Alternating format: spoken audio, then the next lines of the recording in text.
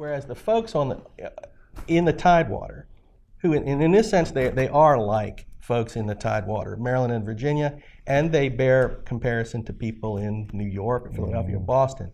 They're sophisticated, cosmopolitan people. They're well aware of what's going on in London, the metropolitan center. They get regular news. They have regular newspapers.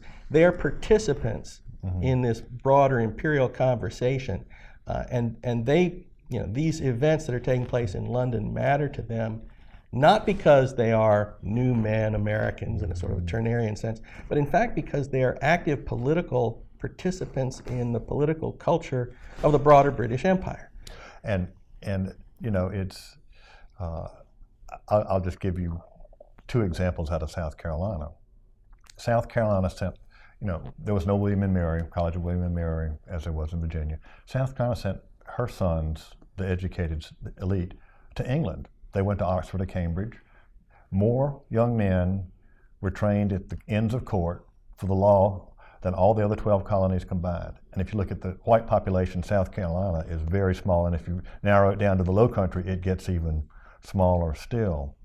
But in terms of the theory of equality and the rights of Englishmen, South Carolinians got involved in that in an interesting way in 1769 when John Wilkes criticized the King's speech from Parliament and got thrown in jail. Well, when a politician gets thrown in jail today in the 21st century, a friend establishes a legal defense fund.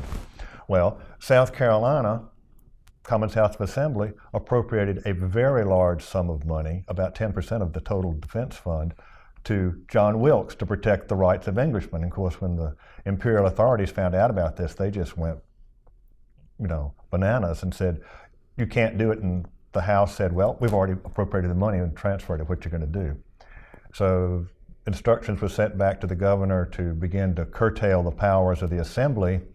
But first they had to say they had done wrong with the funding the Wilkes Fund. They said, we're not going to do it. So we really trace the onset of the decline, almost the absence of royal government in South Carolina from 1769 to 1770. And it's because they were involved in an imperial debate over what were the rights of Englishmen. And this man had been thrown in jail for speaking his piece and daring to say the king's speech from the throne was a bunch of baloney.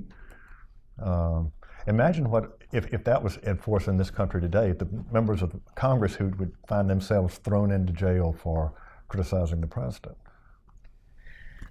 You paint a picture of a low country elite, which is intellectually sophisticated, participating in this broader imperial debate, very much attached to the rights of Englishmen. Yes. But they won't embrace, or tell me if they do, they won't embrace natural rights philosophy like their northern brethren. I mean, they're living in a colony, then a state with a black majority, which is different than anybody else.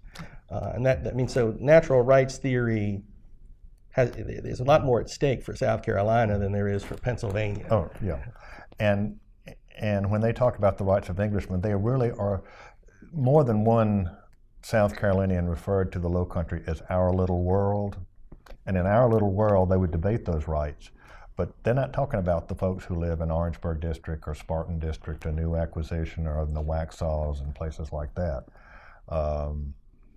In fact, and they're not talking about the black slaves among whom they live. No, and they're not even really talking about the artisans, who would become the Sons of Liberty in Charleston. They were they were great to have to put mob in the streets to drive royal authority out. But after the Revolution, man, they clamped down big time. Actually brought out the artillery to put down them. Yeah, even more so than their Massachusetts brethren in suppressing Shays' Rebellion. There's this wonderful story, you know it, I'm sure better than I do, in which William Rutledge, there's a man who says something naughty about him. John, I'm sorry. You know this story. It's John Rutledge, and the man was brought before the bar of the General Assembly for disrespect. For contempt of the General Assembly. Contempt of the General Assembly for daring to criticize. I think he said this man was a plain tavern keeper. who said that he would accept the word of a slave over Rutledge.